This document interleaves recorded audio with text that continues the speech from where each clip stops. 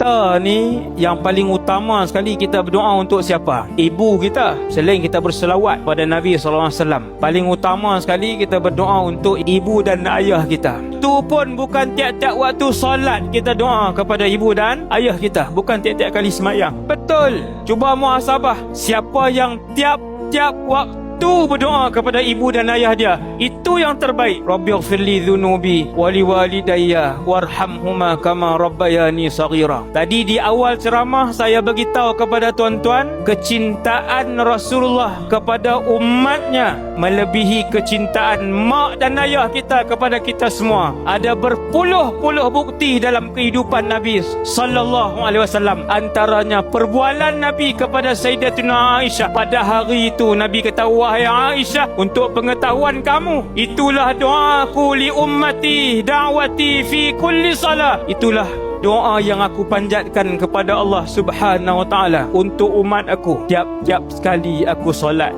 tiap-tiap semayang. Nabi SAW doa untuk Allah Ta'ala ampunkan dosa kita semua. Alhamdulillah atas nikmat dikurniakan Rasulullah sallallahu alaihi wasallam dalam kehidupan kita.